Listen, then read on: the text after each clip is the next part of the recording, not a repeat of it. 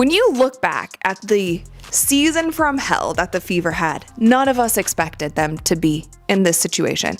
None of us expected them to be winning a very close Game 3. What if I told you that Caitlin Clark might play in the WNBA Finals? I realize it sounds unfeasible. We've been informed for weeks that her season is over, that her groin injury has prevented her from playing, and that there is no turning back. However, if the Fever advance to the finals, there may now be a legitimate route for Clark to return to court because of a little-known WNBA rule. Imagine the biggest star in women's basketball returning to court on the largest stage in the league. A twist like that has a potential to completely alter the situation. The problem is that it's difficult. The roster changes, the hazards, and the regulations are all interconnected.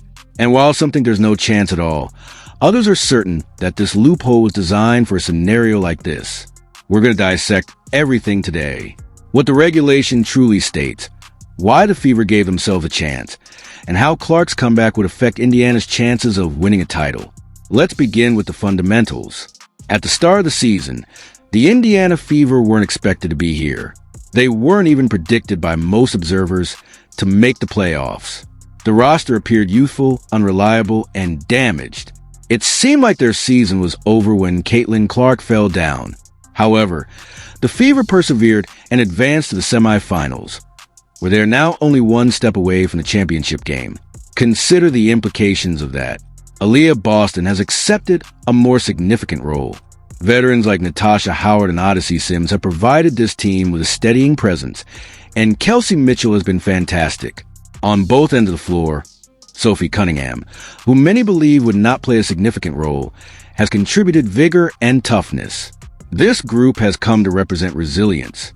A team has no right to win when you watch them win games. You have to worry what would happen if they were to regain their superstar. And that's the current buzz in Indiana. What could the Fever do with Caitlin Clark if they can fight this far without her? Fans wonder. The answer might be frightening because Indiana's ceiling explodes when Clark is in the lineup. That's why the entire discussion surrounding her potential comeback is so intriguing. Let's go back and review why we are here in the first place. Since being sidelined weeks ago due to a groin ailment, Caitlin Clark has not participated in any games. Most people believe that the Fever's announcement that she would miss the remainder of the regular season also applied to the playoffs. Groin injuries can be challenging. They can linger or heal fast at different periods. This year, Clark only participated in about 13 games, which is surprising given the amount of excitement surrounding her debut. It was anticipated that she would dominate the league, and she did for a time. The Fever were instantly the WNBA's must-watch team, selling out arenas and surpassing TV numbers. Then the injury struck, and everything fell apart. This is the intriguing part, though. Depending on the severity, groin injuries often require 2 to 6 weeks to heal. That timeline has long since passed. Clark has had time to recover, train, and perhaps even get ready in the background. This begs the obvious question. Why not bring her back if she feels well enough? At this point, the topic of health turns to regulations.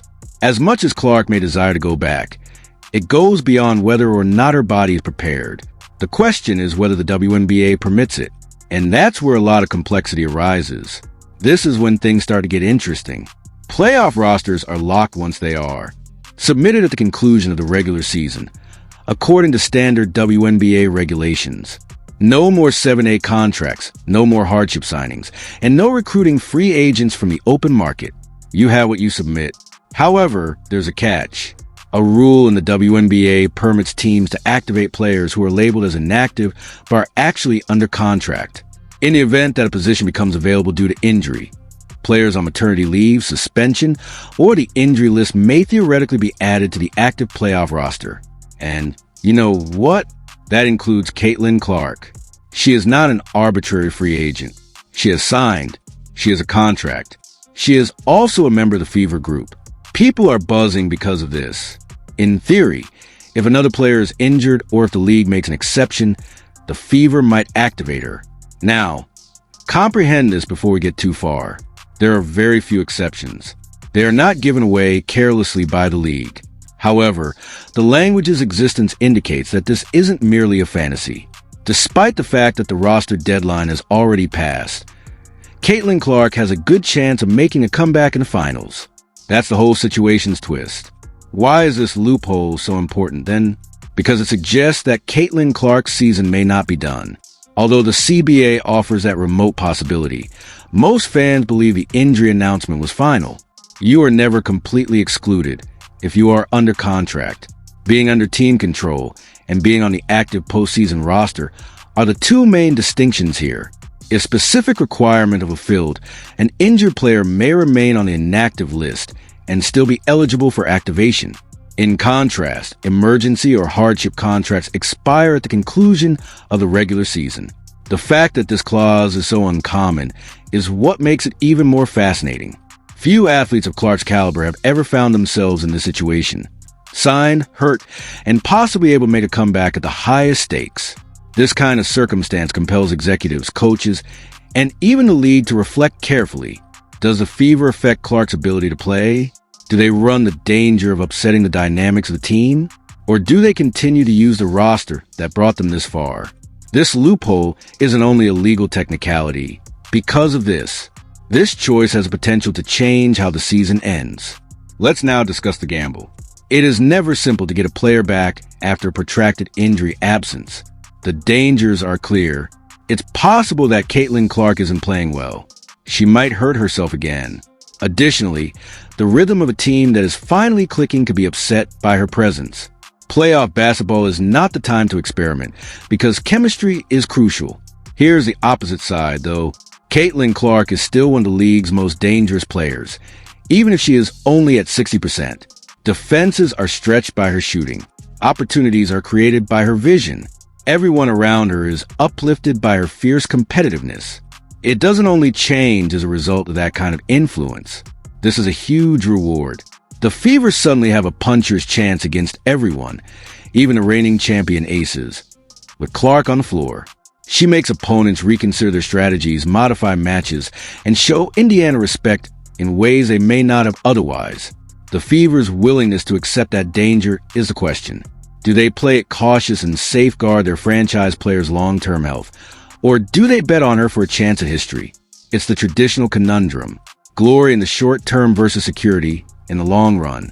It's an extremely difficult decision for a squad this close to the finals. This is the portion that caused controversy. Only 11 players were submitted by the Indiana Fever for their postseason roster. Teams are permitted to carry 12. Therefore, that is exceptional. Why would they leave a space unoccupied? Some people think that this was a planned action. The Fever may have given themselves leeway by leaving the 12th position vacant, possibly even purposefully leaving the door open for Clark's comeback. Why not simply add another depth player to the roster if they had no other plans? Rather, they bet on the strength of their group and entered the playoffs with fewer players. This raises the question of whether the front desk discreetly gave Caitlin the spot. Although the team hasn't officially stated anything yet, the choice seems dubious enough to spark rumors. If Clark truly has a way back, that open roster spot might be the clue everyone missed. Therefore, it's worth considering the possibility that Indiana would purposefully go shorthanded unless they had a bigger plan. It will appear to be one of the most audacious strategic decisions in recent WNBA history if the Fever shock the league and advance the finals. For a moment, let's be honest. The most important question is whether Caitlin Clark is physically prepared to return, even if the regulations permit it. Playoff basketball is an entirely different level of intensity, and injuries don't heal overnight. She may not have been practicing at full speed with the squad during this run, according to reports. She may not be as conditioned as she should be, and playing the playoffs would put her body to the test immediately. If she returns too quickly, there is a serious risk of re-injury. On the other hand, Caitlin Clark is a unique competitor. She is built for big occasions and does well under duress. She has been exercising, recovering, and getting ready behind the scenes even if she hasn't participated in full practices. She will fight for the opportunity to play if there is even a remote possibility.